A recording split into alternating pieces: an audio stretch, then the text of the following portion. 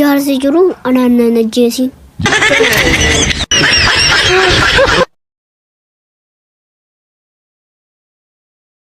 Hello Nafi, waan ansin jedhu faallaa sana deebista. Bishaan. Ibidda. Samii.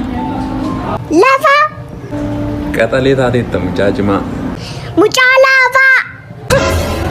Xumure. Calqabeera. Xumureeran jedhe Naafi. Calqabeeran jedhe taare.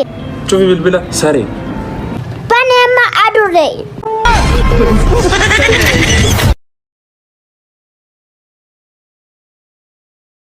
Kuskumbure way maalif bilbilan kaastu gurba? Si waan yubsana barbaaddu kan. Illoltaa isayyuu erbe. Ani si dabaddabe situ hidhama. Maal goote inni eessifta gurba? Eenyuati?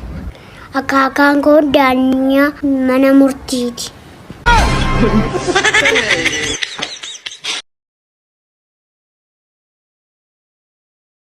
Naafi baay'een si yaadee jirasti suura keenyaa ergimee nyaatarroo jiraatte yeroo nyaattu tapharroo jiraatte yeroo taphatu. Popporra jira.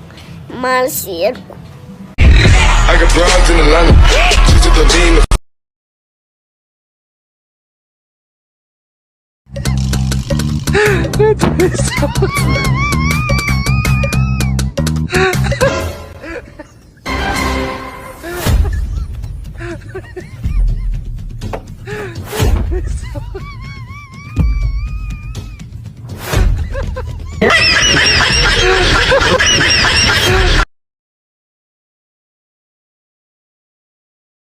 Gurbaan diddamiti bakkaati nyaata si kenname nyaachuu akkamitti minyaawu jettan?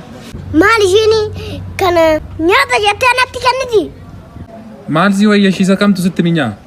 Isa kaffalanii nyaatanii isatu minyaa.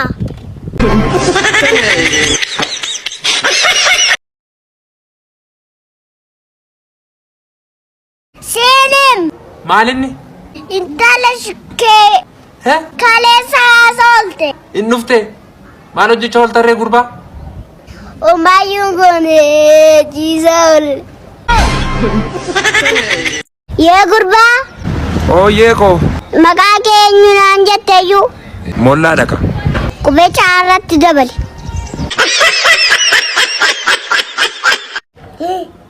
Maqaa Yesuusi. Bishaan kun irratti raawwatu. Hello. Arrama maalaan jettu? Akkoon hin jirtu moo maaliif bilbila jala kaasta gurbaa? Akkami nagaa isaaniiti? Eeyyaa riqqee irraa jiru maal taate? Lama fudhattee ciisti.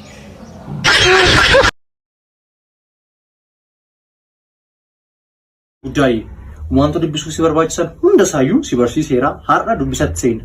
An durseen dubbisaa itti aantee dubbista, okay? Eshi. Biology is the study of life and the living organism. Ati immoo isa taanee jiru dubbistaa jechuudha. Biologies. Daddabii dubbisi.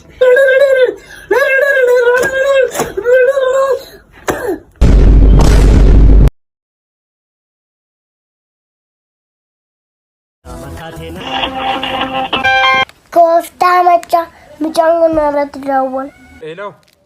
Kadhannaa wayii na barbaachisee carraa biyya alaan naa dhufee akka naa kadhattan barbaadeen ture. Ati jalbaate karaa achii galfatte. Hoo.